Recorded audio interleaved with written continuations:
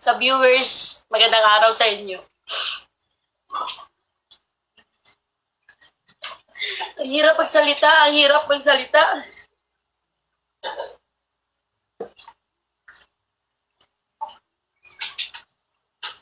Sobrang hirap.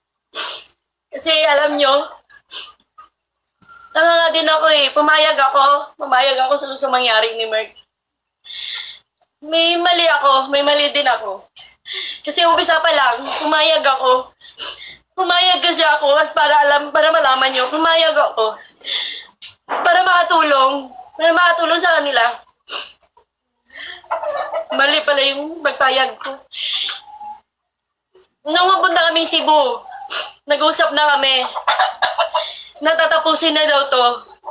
Kawawa si Idang noon. Umiiyak siya habang ginawa niya yung blind date na yun. Kawawa yung anak ko. Pero pinapayuhan ko na lang na para sa kanila yon.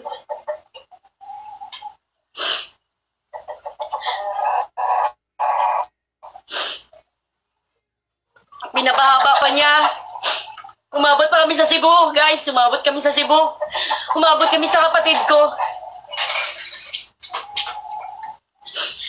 Yung kapatid ko nga, hindi humingi ng budget sa kanya doon. Ang dami nila doon, ang dami namin, ang dami niyang bit-bit. Kawawa nga yung mga bit-bit niya eh. Para pinabayaan lang niya, ginamit niya lang din. Lalo na yung kambal.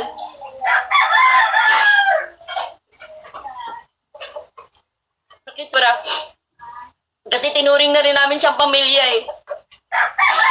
Yung pamilya niya, pamilya namin. Parang isang pamilya na kami.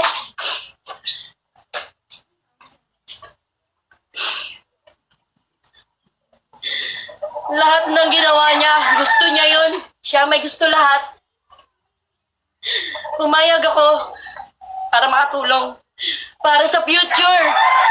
Kanino future yun? Future niya. Tama si Boss John.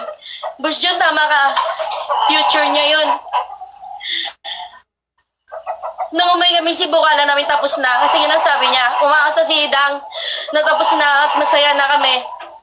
Ngayon, kinausap niya ako na masanjinan sa kwarto. Dinamay niya pa yung pangalan ng mama niya. Yung mama niya kasi nag-uusap din kami, nagchat-chat din kami. Mula umpisa, ayaw ng mama niya sa decision niyang gagawin niya yung content na yun.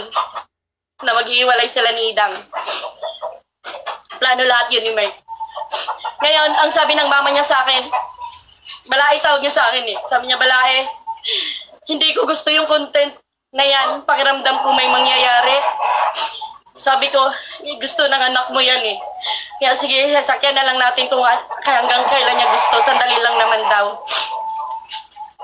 Nung umuwi kami galing Cebu, umuwi ako nung binok niya na ako nun. Kasi nga daw, tatapusin na daw namin. Kaya pinapauwi na niya ako na Manila. Umuwi ako nung nandun niya pa ako sa airport. Kasama si Mark TV. Kasama si Idang, kasama yung anak ko. Pero nasa likod si Idang ng sasakyan para hindi makita ng mga tao. Tinatago niya. Ngayon, pagdating ko sa bahay, hinabawasan dumating siya. Mama si Idang. Kinausap niya ako, masinsinan, sa kwarto kami. Sabi niya mag-heart to heart daw kami. Kasi taga-heart to heart din sila ng mama niya. I-heart to heart ko daw si Idang na pumayag sa gusto niyang mangyari. Kasi ang gusto niya pahabain pa tong drama na to. Pahabain yung script na to. Kinausap niya ako. Sabi niya, Mama, pahabain natin to. Kausapin mo si Idang. Kasi ayaw ni Idang. Sabi ko, alam ba ni Idang? Sabi niya, hindi. Ayaw ni Idang. Sabi ko, pahabain daw hanggang 20. Kasi daw, cut off. Alam niya, nagmi-million views. Hindi ko pinagayabang sa sarili ko. Nagmi-million views kasi dahil sa kontrabida ko. Alam niyo yan. Naghihingi ba ako? Naghihingi ba akong kapalit? Oo, nagbibigay siya. Pero yung bigay niya, sinusumbat niya pa sa ano ko pala yun. Si Idang hindi nagsasabi sa amin yan dahil mahal niya si Merck, pinoprotektahan niya sa amin. Pag may masabi ka kaming hindi maganda sa pandinig ni Idang na tungkol kay Merck, nagagalit pa yung anak ko sa amin.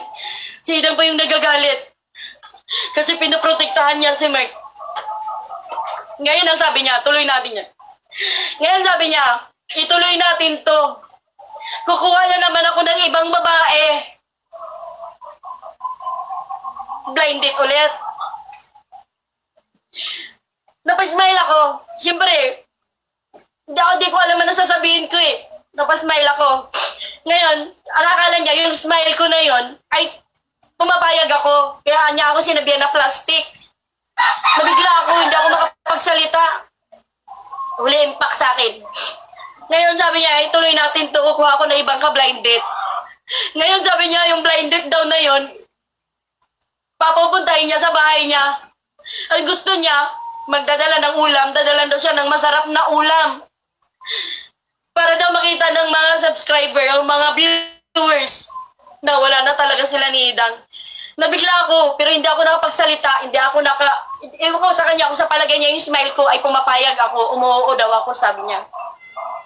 Ngayon sabi ko, akala ko ba tapos na? Sabi niya, hindi mama, tuloy natin to kasi pera to.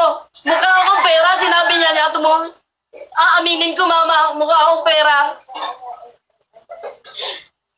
Para sa amin. Para sa kanya lang pala yun. Ngayon napaisip ako, sabi ko, okay ba kay Idang na may ganon? Sabi niya, kausapin mo ng heart to heart si KP. Kasi yung mama ko, nag-heart to heart kami. Sabi niya, sorry guys sa suot ko, sorry lahat. Sorry ko na itsura ko ngayon, sorry talaga. Nakausap daw niya yung mama niya. Ang sabi daw niya, nag-heart to heart daw sila ng mama niya. Ang sabi niya daw sa mama niya, gagawin niya yun. Pumapayag daw yung mama niya. Di napaisip ako, sabi ko, ba't ganon? Ba't kausap ko yung mama niya? Mula umpisa ayaw ng mama niya sa content na yun. So ngayon, akala niya okay na. Di ngayon, umalis na sila. Kasama si Drexler. Mapupunta sila ng Cavite. Kasi sasama niya si Drexler, gagawa na naman dapat sila ng content na yung kuya ni Idang, kunyari, isa sa uli yung sing-sing. Ganon yun. Kaya sinama niya si Drexler. Ngayon, kinausap ko si Idang, sabi ko, Dang, akala ko ba tapos na? Sabi ni Dang, oo mama, masaya yung anak ko, masayang-masaya. Sabi niya, oo mama, tapos na to. Matatapos na to. Magtatagaytay kami ni Merk. Ang dami niyang sinabing magaganda. Tatagaytay kami, hindi muna kami mag-vlog. Kami munang dalawa. Sabi kay, Dang, hindi ganon ang sinabi ni Merk. Sabi ni Merk, itutuloy daw to hanggang 20. Umayag ka daw at kukuha na naman siya ng ibang blind date. Ngayon yung anak ko, nabigla. Tinawagan siya ngayon habang nagbibiyahe sila papuntang Cavite kasama si Kuya Drexler niya. Tinawagan niya si Merk.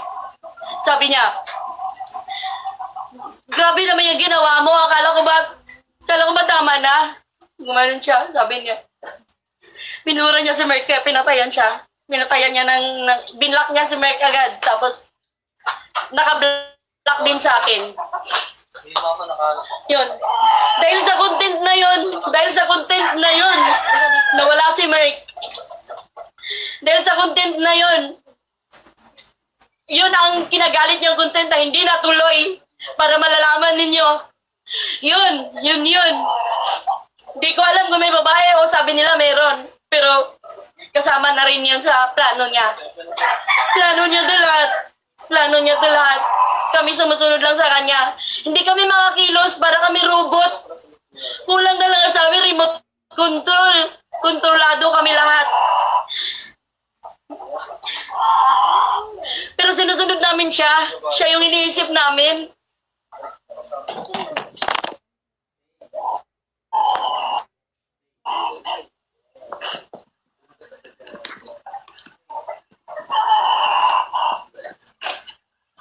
Sorry guys, nahulog. Dahil sa content na yon na hindi kami pumayag. Dahil sa content na yon, dinamay niya pa yung mama niya. Pero yung sinabi, nag-usap kami ng mama niya. Sabi na, mama, Diyos ko po. Ako yung ayaw sa content na to. Tapos ngayon, dinamay niya yung mama niya. Nagchat-chat kami ng mama niya. Nanghihinayang din yung mama niya lang sa pinagsamahan. Sayang din kasi tinuring na niya namin siyang anak, pero pag wala pa lang kami sa harap niya, iba yung sinasabi niya sa amin. Totoong tao kami, tsaka mahirap lang kami. Hindi po kami mayabang. Kilala po kami dito sa lugar namin, kahit pumunta po kayo dito. Kilala po kami dito. Hindi po kami mayabang. Hindi po namin nangad yumaman. Alam po ng mama ni Mert yun. Sinabi ko po sa kanya, hindi po kami gustong yumaman. Yung Canada niya, kanya rin yan. Dito